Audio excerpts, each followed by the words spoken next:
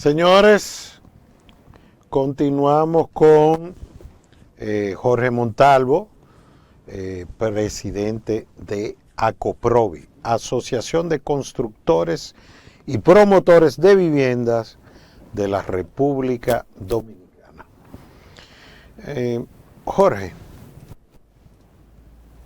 hemos estado hablando mucho del sector contigo, pero vamos a hablar de la persona.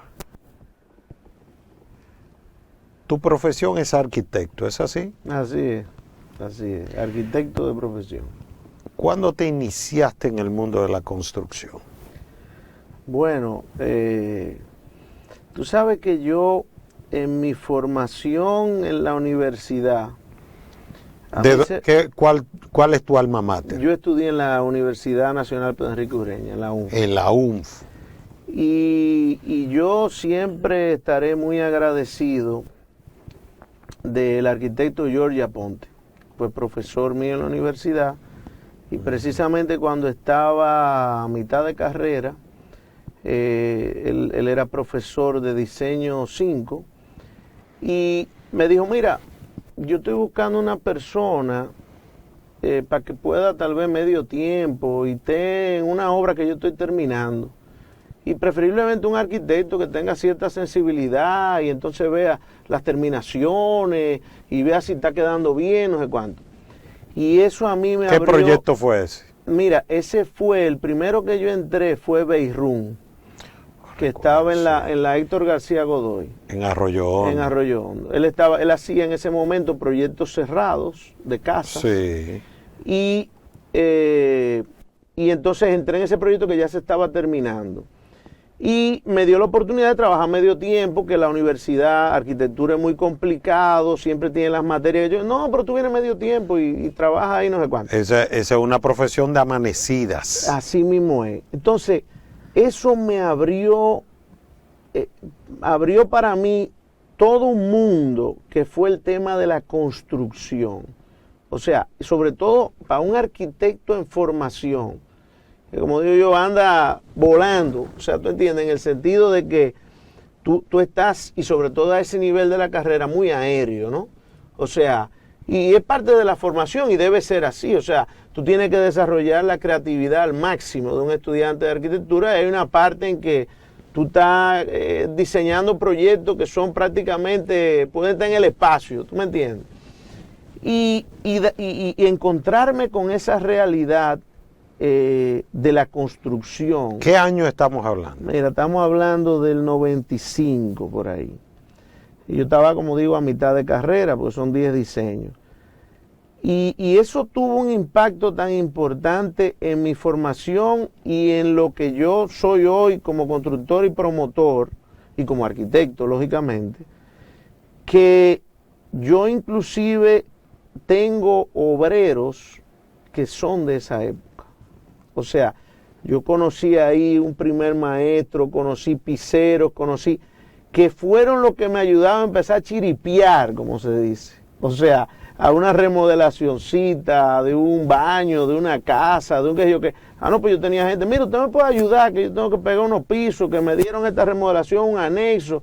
O sea, y eso abrió un mundo para mí. O sea, en el sentido, la mayoría de mis compañeros y la mayoría de los estudiantes de arquitectura, y mi caso fue así, porque también tuve la oportunidad de trabajar en la oficina del arquitecto Pérez Morales, eso fue antes, en un verano, y la mayoría de los compañeros casi siempre ese es el primer trabajo, en un taller de diseño. Entonces quizás tú mucho más adelante ya en la carrera profesional te puedes empezar a encontrar con la construcción, te pueden ya pasar del taller a la obra, que vayas a ver, o sea, y tienes ese contacto, pero yo lo tuve de manera muy primaria, o sea, lo tuve estando a mitad de carrera. Y eso despertó por mí en mí un interés por el tema de la construcción. Y después, en esa misma época, tengo que hacer esa anécdota, ya trabajando en, ¿cómo se llamaba? El siguiente proyecto de ellos era en Cuesta Hermosa. Paso Alto. No, Paso Alto era en Cuesta Hermosa primera, pero este estaba abajo, Terrazas de no sé qué. quedaba en Cuesta Hermosa 2, creo yo. Sí. Entonces, ahí abajo una mata, por el año entre 95 y 96, me encontré con un señor de nombre Mélido Marte, que lo tengo sentado aquí, y que me dio mi primera lección de no me pongas tan viejo. Ah, pues ahí estaba. Y no se me olvida, ya estaba yo con el cosquilleo de ven acá, pero y esto, y un solar, y entonces se compra y no sé qué. Y ahí empiezo a empaparme, ya no, fíjate que ya expliqué de la construcción, ¿verdad? Que fue ese primer contacto. Pero ya para empezar a pensar como promotor de manera muy temprana, entonces fue esa lección que yo también valoré muchísimo, esas conversaciones que tú estabas vendiendo, creo que el mismo proyecto, sí, mercadeando sí. esas casas, y entonces ya empecé a tener ese contacto y empecé a entender el mundo inmobiliario. Y es tan así que luego, con mi hermano Pini Carías, cuando nos embarcamos en ese primer proyecto, que eran unas casitas duples, que eran 2 y 2, y era por ahí por el lado de Yoca, en la meseta. En la meseta, la Giralda 1. Sí. Y cuando nos embarcamos en ese proyecto, que tuvo sus momentos, no quedamos con mucho deseo de hacer casa después de eso. El primer proyecto fueron esas casitas, pero después fueron todos apartamentos. De ahí en adelante, porque tuvimos una experiencia difícil, era una zona que tal vez estaba muy verde en ese momento, y la verdad que pagamos ahí el precio de romanticismo, pero vino Mélido al rescate y nos colocó esa casita que nos sacaron para podernos meter en los apartamentos. Buenos tiempos eso. Buenos tiempos, sí, porque todo era muy fácil y muy simple. Porque hasta esos baches se resolvían con poca cosa, ¿verdad? Y entonces ya a partir de ahí, pues ya empezamos propiamente, ahí fundamos en esos años, inclusive antes de salir de la universidad, nos quedaba prácticamente, ya estábamos trabajando en la tesis o un poco antes de la tesis, fundamos entonces Constructora Millennium 3 y desarrollamos muchos proyectos en el área de, primero en Arroyo Hondo Viejo, bueno, primero ahí, después Arroyo Hondo Viejo, y después inclusive cruzamos, hicimos varios desarrollos en el polígono. Hicimos también zonas turísticas, ya más como contratistas, pero años memorables con el hermano Pini en ese momento, sí. Sí, sí. Jorge, yo diría que hay un sueño que lo que añora toda familia es el techo propio. Pero cuando tú, por lo general, cuando se piensa en el techo propio, se piensa en una casa, un patio, un jardín. ¿Qué pasa? Que los promotores no piensan y nosotros los agentes tampoco pensamos en la casa independiente y nos vamos por el apartamento. Mira, probablemente en una parte de la ciudad eso tenga que ver con el costo de la tierra. Muy probablemente que esté muy relacionado, ¿verdad? O sea, ¿quién va a pensar, sobre todo en el polígono? Ya no se puede pensar en eso, han habido ejercicios de eso, pero imagínate tú, el valor que tú tienes que darle solamente a la tierra, a veces $500,000, $700,000, dependiendo del caso, si vas a poder meter. Entonces eso hace que eso no sea sostenible ya en ciertas zonas. Ahora, ¿por qué en la periferia tal vez se piensa más en proyectos, se sigue pensando en proyectos de apartamentos y no en proyectos de, bueno, o sea, ahí entra lo que comentábamos anteriormente de quizás la misma ley de mercado hipotecario y fideicomiso, pero ya tú estás hablando de casa, ahí pudiera aplicar. Yo la verdad, yo creo que es un tema de quizá economía de escala, o sea, tú empiezas a pensar inmediatamente, bueno, pero en este lote, para yo ponerme a hacer casa, yo puedo hacer, o sea, y ahí entra el tema del plan de ordenamiento territorial, que yo creo que puede aportar mucho, o sea, si tú tienes unas reglas para toda el territorio, y hay un territorio que por ese mismo plan de ordenamiento territorial dice, no, mira, esta es una zona que se va a desarrollar con viviendas unifamiliares. Entonces probablemente va a haber un mercado para eso. O sea, habrá otra zona que será para apartamentos, pero habrá una zona que también será. Entonces, quizás eso no está del todo claro, y entonces un promotor dirá, bueno, pero si yo por un lote lo puedo comprar y voy a desarrollar casa y puedo hacer ahí 8 apartamentos, que no son 8 apartamentos, porque lo multiplica por el tamaño que tenga esa extensión de tierra. Pero yo entiendo que sí, que tiene que haber un mercado. O sea, tiene que haber un mercado para esos fines, y que es un mercado que quizás definitivamente no se ha desarrollado en ciertos segmentos. Uno veía antes, yo te diría que tal vez, quizás hace 20 años, quizás antes de la ley de mercado hipotecario y fideicomiso, tú veías como algunos desarrollos que hacían en la periferia, venían con desarrollos de lote y de casas individuales, y quizás como que cuando tú lo analizas, cuando llegó la ley de mercado hipotecario y fideicomiso y abrió la posibilidad de que eso fueran apartamentos, entonces el tema de repente cambió, tú ves. O sea, yo creo que eso, por eso la importancia de una ley de ordenamiento territorial que ponga reglas claras sobre el territorio. Diga, bueno, mira, esto está diseñado y está pensado para que en esta parte sean viviendas unifamiliares. Y yo estoy seguro que se va a abrir un mercado por esos fines. Pero ahí es un tema de análisis, de por qué eso quizás se ha frenado un poco. Te voy a hacer una afirmación. Yo añoro un Metro Country Club, una casa de campo, proyectos así, aquí en la ciudad de Santo Domingo. ¿Qué habría que hacer para que eventualmente, y no necesariamente de precios altos, también pueden ser viviendas?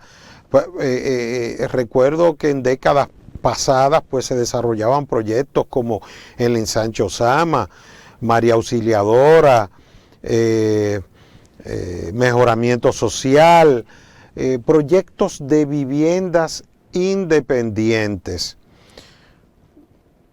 ¿Qué habría que hacer para lograr eso? No, yo creo que, como te digo, una ley de ordenamiento territorial y quizás algunos incentivos adecuados para esos fines, porque eso existe en muchos países desarrollados. Por ejemplo, en Estados Unidos uno lo ve muchísimo. O sea, el tema de proyectos de viviendas individuales. Ahora, eso está debidamente normado. Tienen normalmente eso mismo, un plan de ordenamiento territorial claro, que entonces ya está asignado. Mire, estos lotes, todos estos lotes, desde aquí hasta nosotros, son para proyectos de vivienda unifamiliar. Entonces, olvídate que va a aparecer el apetito para desarrollar, pues yo entiendo que hay mercado para eso. O sea, debe haberlo. O sea, yo creo que esa es la herramienta, debe ser a través de un plan de ordenamiento territorial y planes ya luego de las alcaldías de los diferentes Desmenúzame eso de la ley, de un plan de ordenamiento territorial. Porque, y voy a ampliar la idea, nosotros vemos con mucha frecuencia, por ejemplo, que surgen juntas de vecinos que bloquean el desarrollo de una zona. Bloquean, entre comillas, es decir, no quieren permitir, mientras ellos viven esa zona, no quieren permitir alta densidad ni alturas, ni lindero cero en su zona. Sin embargo, a la hora de querer vender la propiedad, pues entonces sí quieren presionar el cambio de la normativa urbana que haya para esa zona. ¿Cómo una ley de ordenamiento territorial pudiera real y efectivamente contener esos intereses o moderar esos intereses particulares? El del que vive, que no quiere mucha densidad ni mucho ni poco lindero, ni mucha altura, y el del que vende, que quiere sacar la mayor rentabilidad del metro cuadrado que posee. No, al final eso se resume en un tema de tener reglas claras. Pero tener reglas claras sabiendo que cualquier plan de ordenamiento territorial, cualquier normativa, debe ser revisada cada cierto tiempo, porque la ciudad es un ente vivo. Pero que te vaya en un momento determinado marcando cuáles son las pautas y cuáles son las reglas. Y tú puedas como promotor, tú no tengas que estar con la incertidumbre de si tú vas a poder desarrollar X proyecto, porque una junta de vecinos te lo va a parar. O sea, eso tiene que tener la fuerza jurídica para que eso no sea así. O sea, si hay una normativa que ya está establecida y que dice que en tal sector yo puedo desarrollar hasta X niveles bajo X condiciones, nada. Eso ni siquiera... me monto ahí. Háblame de el polígono central ampliado. Dame tu opinión. Bueno, mira, que llegaría hasta la Luperón, creo, ¿verdad? Sí. Conservando los límites norte y sur, que serían Kennedy y 27, ¿cierto? Fíjate, ahora mismo sigue, la alcaldía está en un proceso de una normativa para el polígono central como lo conocemos hasta ahora. O sea, con esos límites de Kennedy, 27, Ortega y Gasset y Churchill. Y Churchill. Entonces, ese proceso ha sido dilatado, ese proceso ha sido incidentado, pero ese proceso es muy necesario que concluya. O sea, y que podamos tener... ¿Quién lo ha incidentado? Bueno, ahí ha habido, o sea, hemos tenido el mismo tema de juntas de vecinos, de visiones a veces de eso mismo. Yo vivo en este sector y yo quisiera que este sector sea como hace 30 años, o que yo vivo en este apartamento y yo no quisiera que nunca me taparan la vista. O sea, y esos no son los criterios que deben prevalecer para hacer ciudad. Y para ir, y para desarrollar una ciudad sostenible, y para desarrollar una ciudad vivible, como no. Entonces, yo creo que, y la visión de la alcaldía es definitivamente lograr aprobar una normativa actualizada del polígono que le sirva, porque ya, fíjate que ellos tienen como base el POT. El POT fue aprobado, creo que fue 2019, que es un plan de ordenamiento del territorio que al final es un ejercicio conceptual que te da las pautas, y quizás eso te refiere de ampliado, porque ya no es solamente el polígono como tal, sino que te va diciendo y te va estableciendo cómo y cuáles son los criterios para nuevas centralidades. Ahora, el POT se alimenta de planes, por decirlo, individuales, ¿verdad?, que tienen que estar bajo la sombrilla de ese POT. Entonces, ese proceso no ha podido avanzar ni a la velocidad que se quisiera, ni de la manera que se quisiera, porque el primer paso era, mira, vamos a tomar el polígono central, que es probablemente cuyas normativas están más desfasadas, porque datan del 94, 98, y a partir de ahí lo tomamos como base para crear esas nuevas centralidades.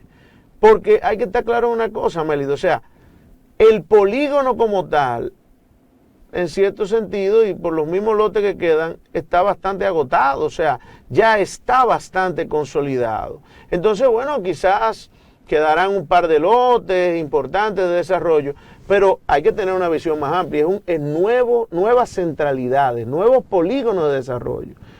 Desde Acoprovi, desde hace mucho tiempo, hemos abogado por una serie de sectores que están vírgenes para esos fines. Por ejemplo, la fe. Oye, la fe tiene todas las características de ubicación, inclusive de de vialidad, servicio, de vialidad, de o sea, para hacer amoblamiento urbano, claro. de Ahora, ¿qué los pasa, servicios. ¿Qué pasa con la fe? Entran dentro. La circunscripción 2 y 3 no tiene normativa.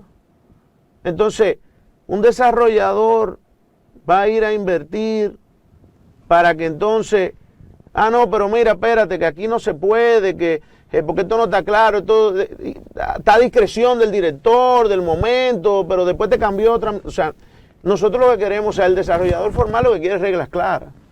Entonces, ahí hay muchísimas oportunidades que tiene la ciudad, la circunscripción 3, las villas, o sea, Villa Juana, Villa Francia, o sea, con una cuadrícula, con una serie, o sea, y tampoco, ahí hay un tema tal vez un poquito más complejo, hay un tema de tierra también, hay una situación de tierra, pero son todas situaciones salvables que se pueden resolver.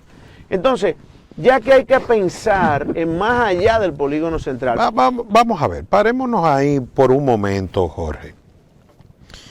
Si fuese Jorge Montalvo, el individuo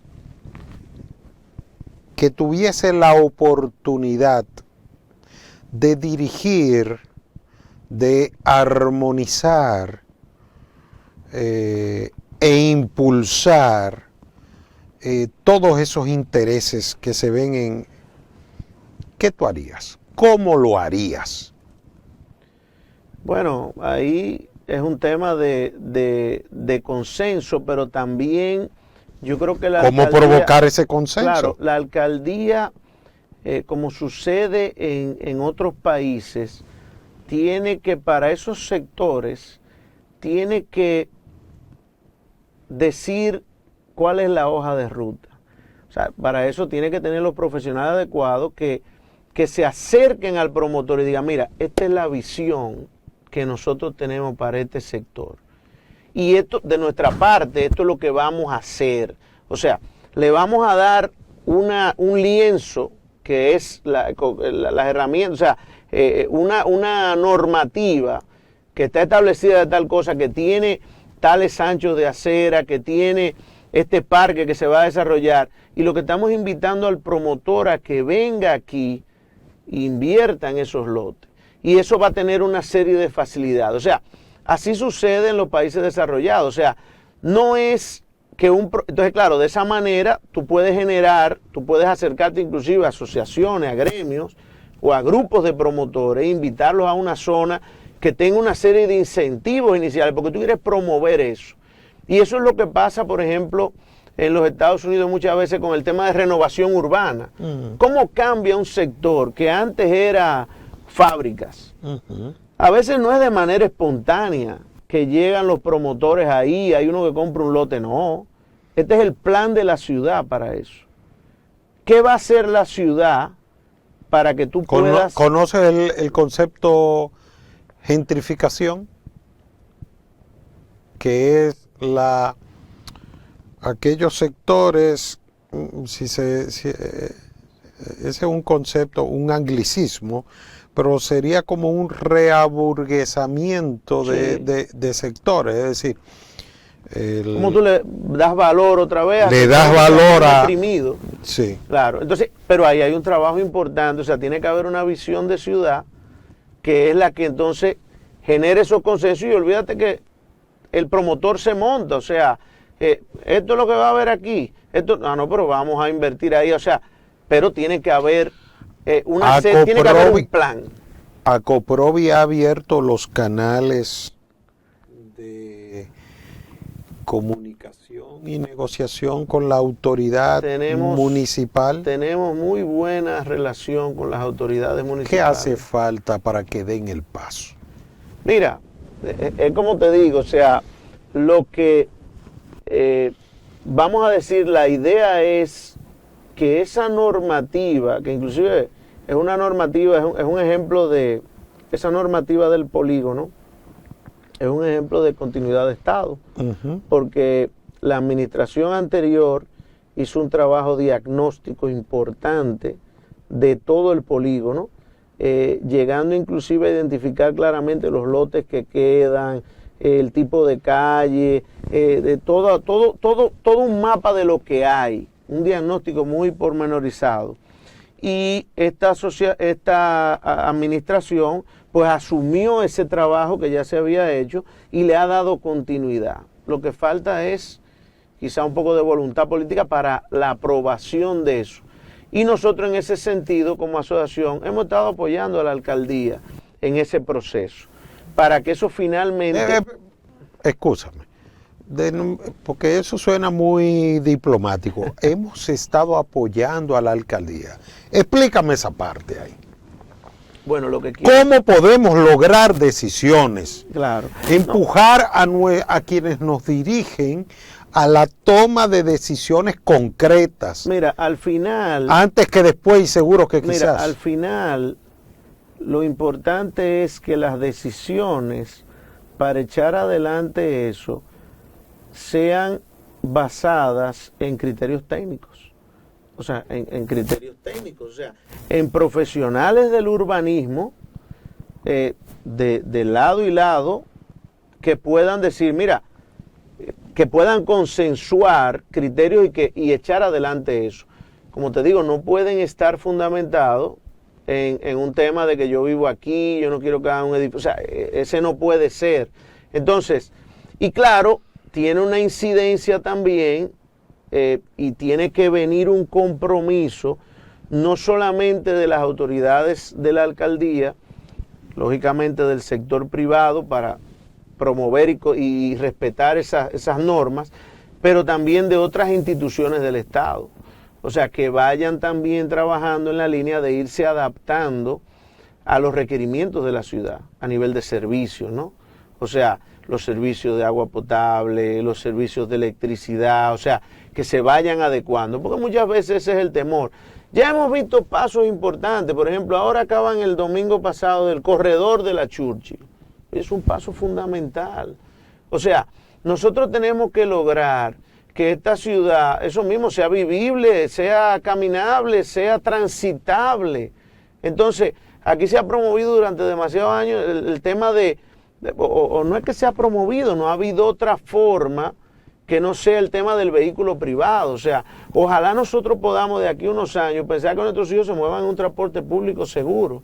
Al final tú te pones a ver... Eficiente. Y eficiente. Tú te pones a ver y esa es la diferencia en ese aspecto con países desarrollados. O sea, tú vas de viaje y tú lo que quieres es caminar y montarte en el... O sea, hay ciudades donde tú no alquilas un carro, no se te ocurre. Entonces, ojalá una gran ciudad, una gran capital como es Santo Domingo llegue a hacer eso. Ahora, tú tienes que, yo creo que se está caminando en la dirección correcta, un transporte público, se está buscando, hay unos planes para tener esos corredores, la ampliación del metro, o sea, y eso va a ser fundamental para los desarrollos de esos nuevos polígonos. O sea, y también normativa adaptada a eso, o sea, si tú, por ejemplo, normativas modernas que digan, no, pero no es, hay sitios donde tal vez los parqueos van a haber una serie de proyectos que no requieran una cantidad de parqueos X porque están conectados con transporte público de transporte masivo. Sí. O sea, entonces todo ese tipo de cosas hay que verle y por eso te digo que es un tema mancomunado que no tiene que ver solamente con la alcaldía, sino que tiene que ser una visión conjunta en la que participen instituciones como la CAS, instituciones como el mismo MIBET, que va a trazar entonces, que esos planes sean de manera conjunta y tú hacer los consensos que haya que hacer con el sector privado, el sector social, para que esto se pueda llevar a cabo. Jorge, ustedes son una asociación de promotores de viviendas, es decir, constructores, inversionistas que compran un lote, diseñan un proyecto para colocarlo en el mercado. Han logrado conformar una asociación que a su vez se ha convertido en una entidad que logra conquistas y hace propuestas para a la clase política para la toma de decisiones. Ustedes son, a su vez, pues, de una u otra manera, un ente que influye en las políticas generales del Estado. Háblame de cómo ves los desarrollos de urbanizaciones en la periferia versus la consolidación del centro. Soy más específico. ¿Cómo tú ves el desarrollo de proyectos como Ciudad Juan Bosch, Hato Nuevo, Colinas del Arroyo 1 y 2, Ciudad Modelo, versus políticas efectivas de consolidar el centro de la ciudad, el distrito, lo que hoy podemos calificar como el Distrito Nacional? Mira, ese ha sido uno de los temas en que nosotros, cuando hemos tenido la oportunidad de participar en conversaciones con la alcaldía, por ejemplo, con el tema de los desarrollos de estos planes de ordenamiento, decíamos, mira, tenemos que mirar hacia la capital y hacia la renovación de la capital y la democratización, el acceso a la vivienda de quien toda la vida ha vivido en un sector que de alguna forma pueda seguir viviendo en él. O sea, nosotros no podemos promover, por ejemplo, este tema de las normativas. En un momento han sido un tema porque las normativas promueven, o sea, esa normativa, por ejemplo, el tema del criterio de la densidad habitacional, los habitantes por hectárea, van totalmente en contra de lo que ha sido la línea o la tendencia en los últimos años, que son viviendas más pequeñas. O sea, que sean accesibles a la gente para que la gente pueda comprarlas. Pero esas normativas muchas veces con lo que tienen establecido a nivel de densidad, lo que promueven son viviendas grandes. Por eso muchos proyectos no dan. O sea, tú vas a una torre, no, se pasa. La densidad sobrepasa la que está aprobada. Ahora, si tú hicieras apartamentos de 400 metros, entonces sí aplica. Entonces, ¿qué pasa con eso? ¿Quién puede comprar eso? O sea, es imposible. Entonces, nosotros estamos expulsando. ¿Tú fueses partidario de una normativa de densidad general para el Distrito Nacional? Mira, yo creo que hay otros criterios que deberían primar en el tema normativo. ¿Y a qué me refiero? Por ejemplo, una de las cosas que introduce esta normativa del distrito, del polígono central, son el criterio de la huella urbana y de la edificabilidad en un solar. Yo creo que esos son criterios más razonables. En el sentido... Al común de los mortales que nos sigue, desmenúzamele esa idea. No, el tema de la huella urbana, básicamente, o del índice de ocupación de un lote, lo que quiere decir es, mira, yo te determino unos linderos, y yo te digo, por ejemplo, tú del lote puedes ocupar tal cosa. Entonces, yo ahí, tú me respetas unos linderos frontal, lateral, no sé qué, pero mientras tú te me quedes en esa ocupación de la huella, la cantidad de espacio que tú ocupas, no hay problema.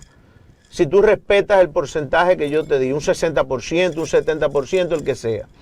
Y la edificabilidad es cuando tú dices, yo te dejo en tal solar este índice de edificabilidad. Es más o menos, para decirlo en lenguaje llano, tú puedes en un lote de X, un lote de 1000 metros, por el índice que hay en esa zona, tú puedes desarrollar 6000 metros.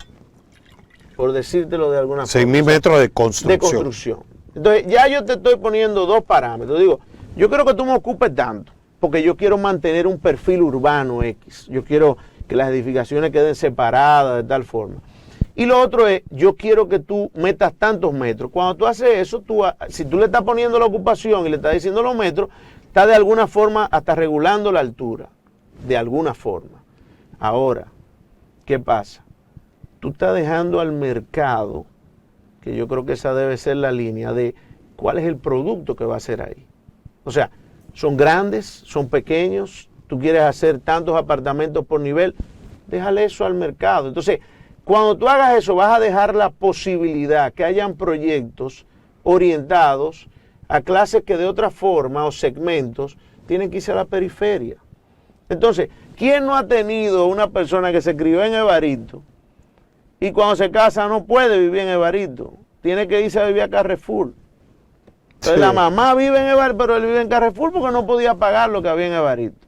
¿Por qué? Porque la normativa está inclinada. Entonces, ese criterio, por ejemplo, debería primar sobre el tema de la densidad. Porque la densidad te empieza a afectar la cantidad de unidades. Entonces, como te digo, va en contra de, no, pero son tantos apartamentos, tantos habitantes por apartamento de 2, de 1. Al final los proyectos no dan. O sea, cuando tú haces el cálculo de lo que pide el mercado, de lo que el mercado puede pagar. ¿Por qué? Una cosa, porque tú te pones a hablar con todos los que norman la política urbana, cuando están fuera de la entidad de su condición de funcionario con capacidad de toma de decisiones, pues piensan de una forma, pero cuando llegan al puesto para tomar las decisiones correspondientes, pues no dan el paso.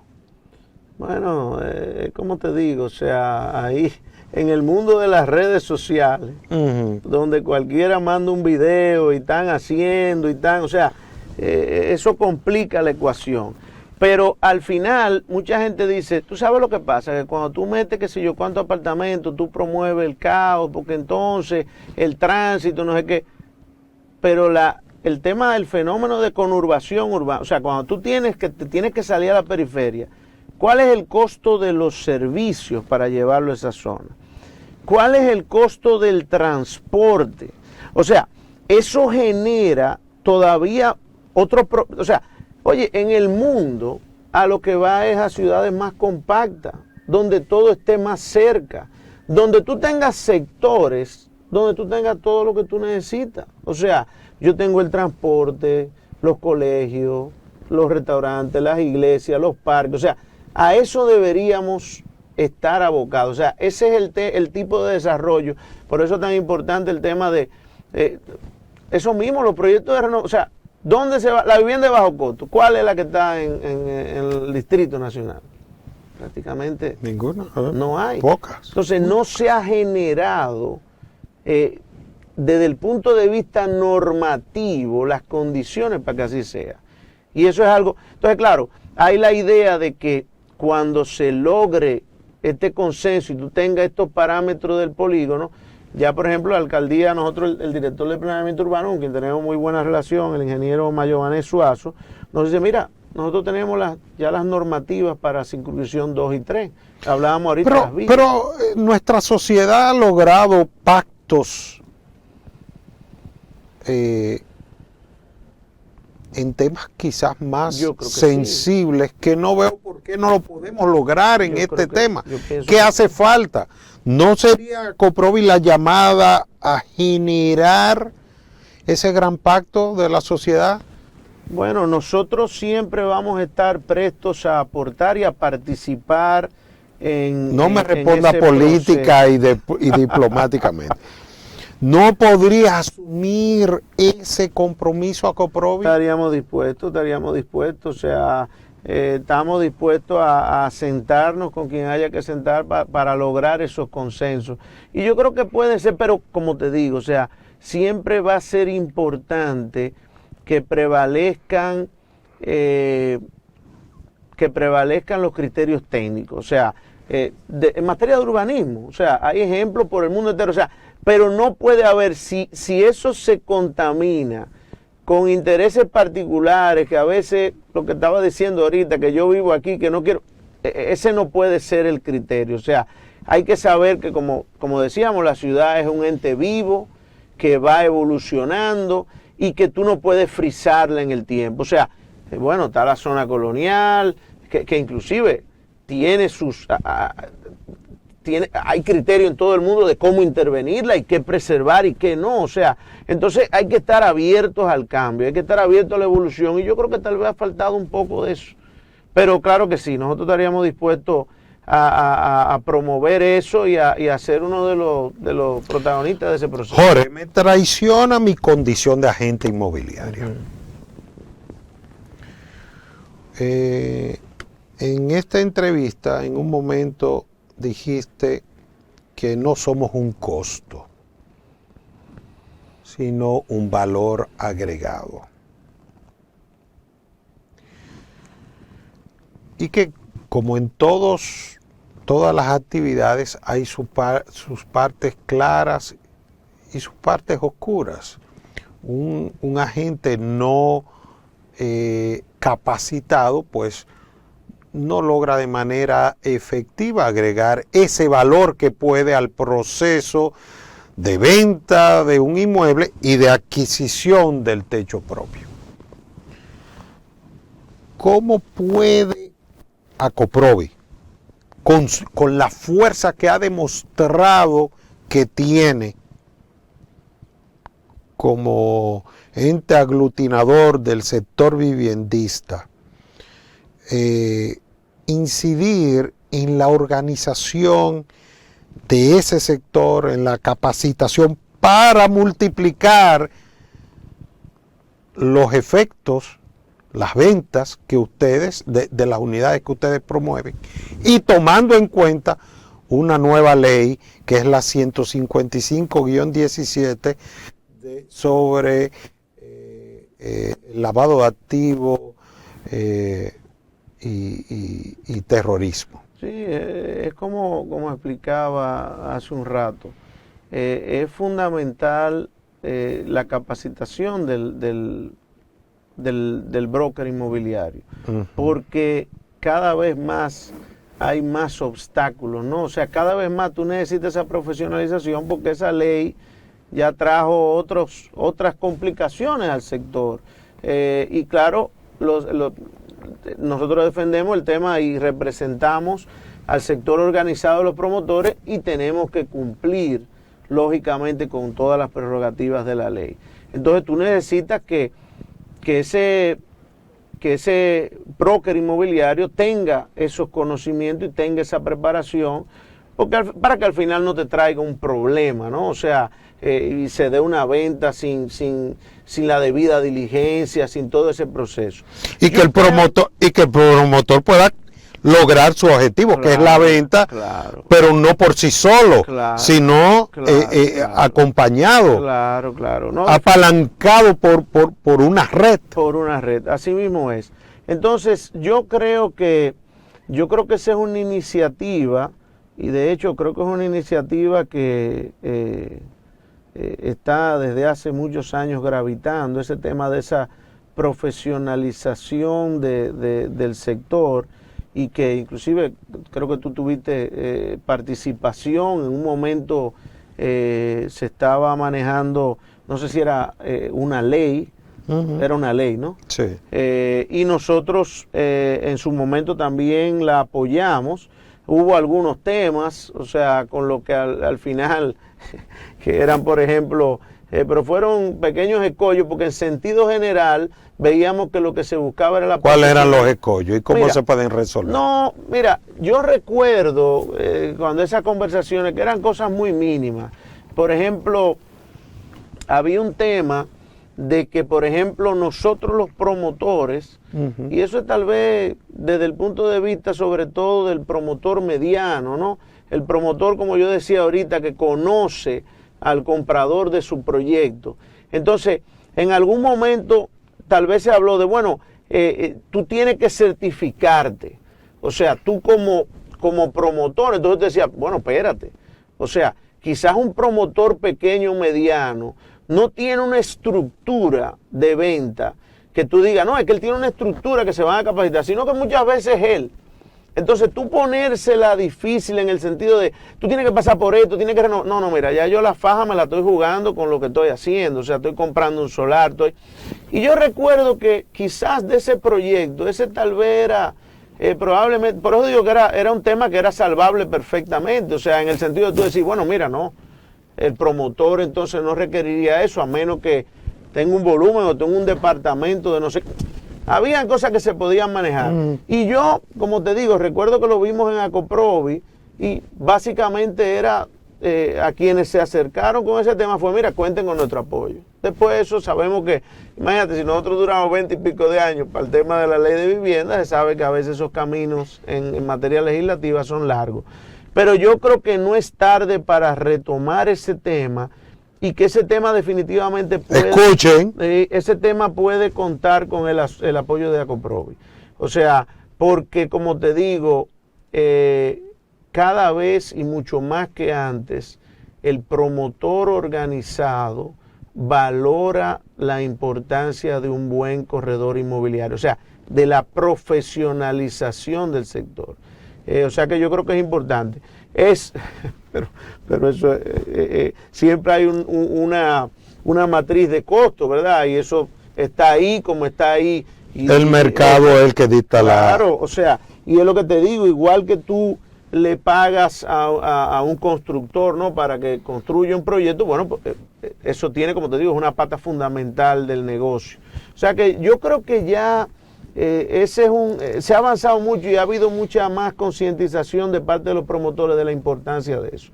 Que quizás, como te digo, en la medida que el promotor va avanzando y va incursionando en proyectos más importantes, es quizás en el momento en que empieza a darle más valor a eso.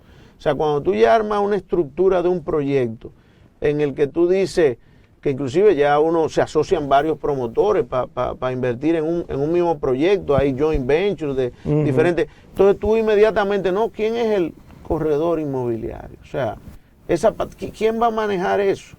Porque no somos tú ni yo. O sea, tú vas a estar que en la administración, yo voy a estar en la construcción y en el diseño. Fulano también va a estar en el supervisión. Entonces, ¿quién es? Y eso es parte del equipo. O sea, ya yo en lo particular he tenido esa experiencia. ¿Me entiendes? Y creo que esa es la visión y hacia allá va el sector. Para ir concluyendo nuestro conversatorio, Jorge, cuando termines tu mandato en la Asociación de Constructores y Promotores de Vivienda de la República Dominicana, Acoprovi, como Jorge Montalvo, arquitecto y promotor, quiere ser recordado por sus colegas, por sus compañeros y por todos los viviendistas y la sociedad en general? Bueno, definitivamente como alguien que dejó aportes tangibles para el desarrollo del sector inmobiliario en nuestro país, que de alguna manera, de alguna forma, humildemente marque un antes y un después del sector. O sea, que se diga, mira, a partir de ¿Cuál sería tu joya de la corona? Bueno, yo honestamente creo que parte importante de eso puede ser el tema de dejar establecida una ley de alquileres. O sea, pienso que si nosotros logramos una normativa progresista, va a cambiar el sector inmobiliario de la República Dominicana para siempre. O sea, yo tengo eso muy claro desde antes de llegar a la presidencia de Acoprovi, y por eso desde el principio lo he puesto como uno de los objetivos fundamentales. Y la satisfacción que da esto es que con eso yo no solamente estaría contribuyendo para el desarrollo inmobiliario del sector al que represento, o sea, para promover que haya más negocio para los promotores, para que los negocios de los promotores prosperen, sino que voy a contribuir de manera importante con que cada dominicano tenga cada vez más cerca el sueño de una vivienda digna. O sea, y estoy convencido de eso. O sea, estoy convencido de, como te digo, de la importancia que ha tenido y de que va a tener en los años por venir lo de la ley de vivienda, pero estoy convencido de la importancia que va a tener eso, y eso me llena de mucha satisfacción, porque como te digo, nosotros estamos trabajando en el desarrollo económico y social de nuestro país, y en la medida que nosotros tengamos gente con acceso a una vivienda, eso cambia la perspectiva de una familia. O sea, eso abre la posibilidad de salir definitivamente del círculo de la pobreza. O sea, el que está en una casa con las condiciones, entonces sí puede aspirar a que sus hijos estudien, a que sus hijos vayan a un politécnico, a que sus hijos tengan una vida digna. O sea, y eso me llena de mucha satisfacción. Por eso yo veo esto como un compromiso, como te digo, con mi sector, pero la satisfacción es de que al mismo tiempo podemos estar haciendo un aporte importante al desarrollo de nuestro país. O sea que yo creo que ese sería un legado importante, y si puedo ver eso, de alguna forma dar sus primeros pininos, ver los primeros proyectos de desarrollo para esos fines, pues entonces será de mucho más satisfacción también. Señores, no hay más que agregar. Gracias, Jorge, por este tiempo cargado de ideas, de propuestas, de una visión amplia del sector, y por todas estas informaciones y enseñanzas que ha compartido con nosotros en estos encuentros. Para mí ha sido un placer, la verdad que un encuentro que siempre es de mucha satisfacción con amigos de tantos años. Le agradezco mucho, Mélida. Salud, Jorge. Vamos a un último aquí, ¿verdad? Salud. Y salud a ustedes. Salud a Gracias todos. por todo. Gracias.